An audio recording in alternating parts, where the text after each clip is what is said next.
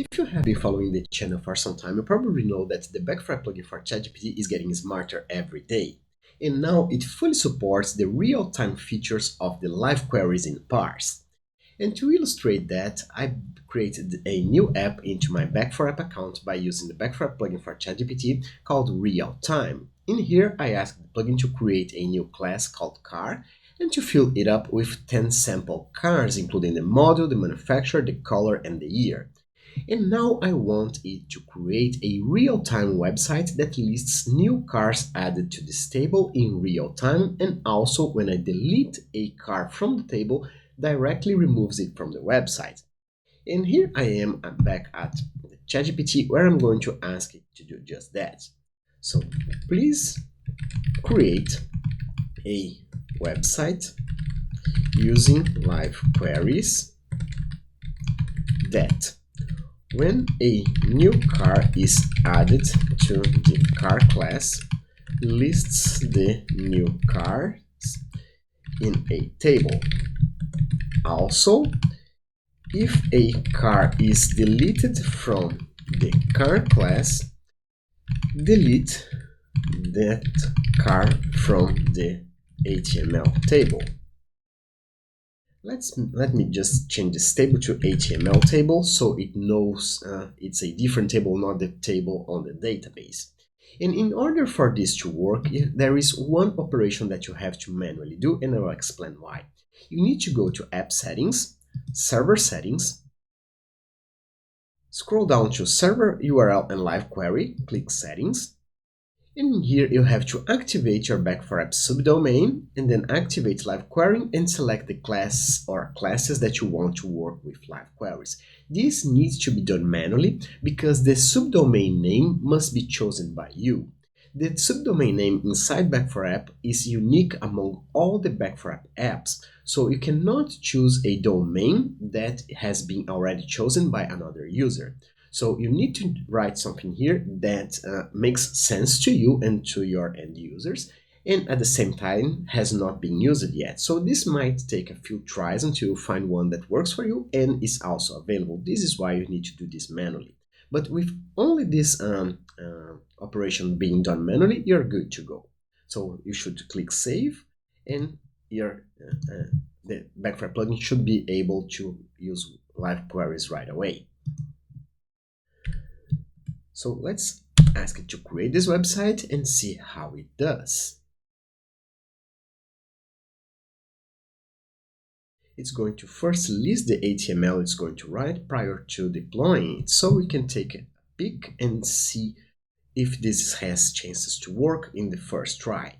So it used the parse SDK over here, which is okay. It created a car updates title and then a table called car table, where it's going to list the model, manufacturer, color, and year, which is data that it retrieved from my class, as you can see over here.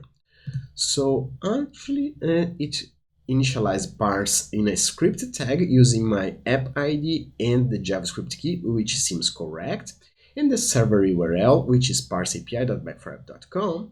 So far everything looks very good and promising. And it even started a client for live querying by using my application ID, my server URL that I set on the live queries that I just showed you, and the JavaScript key, and try to open. And it created a few events, so it's going to print on the console subscription opened on the open event. When I have a create event, which means a new car was added to the table, it's going to render that car into the HTML table. If I have a delete event from the database table, it's going to remove that element from the HTML table. And if it has an error, it's going to display console error because this is what the code says for the error event. So please confirm and I will proceed with the deployment. So please deploy.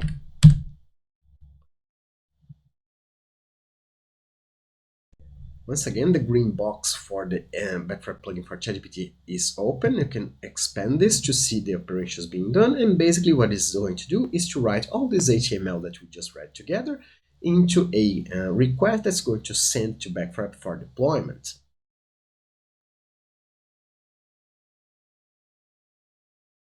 So my cloud code was deployed, and here I have the link for accessing the website. Let's see how it goes. I'm going to right click and open in a new window. So I can pull it up and put it over here so we can have it side by side with the website for parse. And if I add a new car to this table, the car should be displayed over here. Let's see. The model is going to be a Corolla. The manufacturer will be Toyota. The color will be white. And the year is going to be 2023. If I click add, the car immediately shows up on the website, showing that you have a directly connection through WebSockets on live queries that will render in real time any changes for the cars. Let's try to add a new one. So we're going to add a new one. It's going to be a 307. The manufacturer is going to be Peugeot. The color is going to be silver. And the year is going to be 2020. If I click add, there we go, my Peugeot just showed up. Now, what if I try to delete that first Corolla we just added? So I'm going to click over here and click delete, and it disappeared in real time from my website.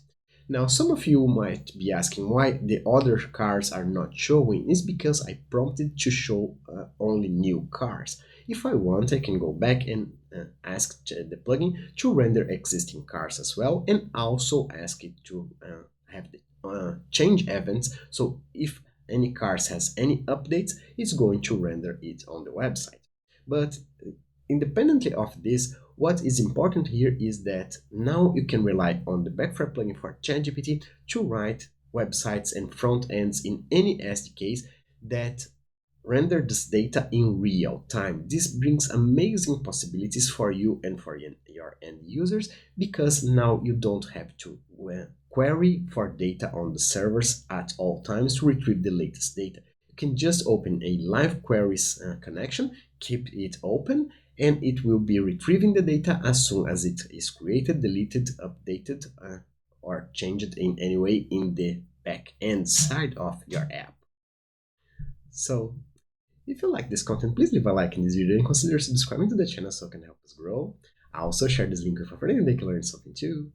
If you're already subscribed, thank you for that. And if you have any questions, suggestions, or an implementation you'd like to see, please leave in the comment section down below. We always answer all the questions. I hope this content was useful to you and hope to see you back. See you soon. Bye bye.